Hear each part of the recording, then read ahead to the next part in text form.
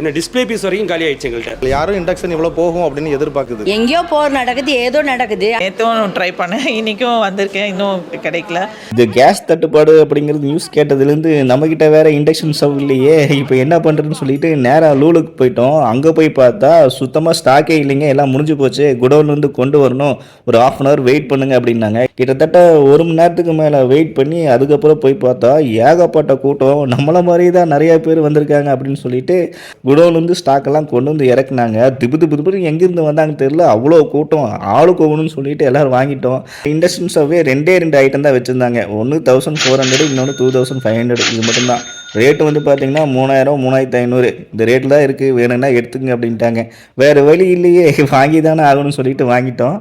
2 வாங்கியிருக்கு. கிடைக்காம போயிருச்சுன்னா காலி ஆயிரும்ல. இப்படி போனீங்கன்னா காலி ஆகத்தானடா செய்யும். என்னடா அது இண்டக்ஷன் ஸ்டவ் 3? ஆமா, தள்ள அந்த பக்கம் கேள்வி கேட்கறாங்க. திருத்தாணிக்கு ஆவாதீங்கடா.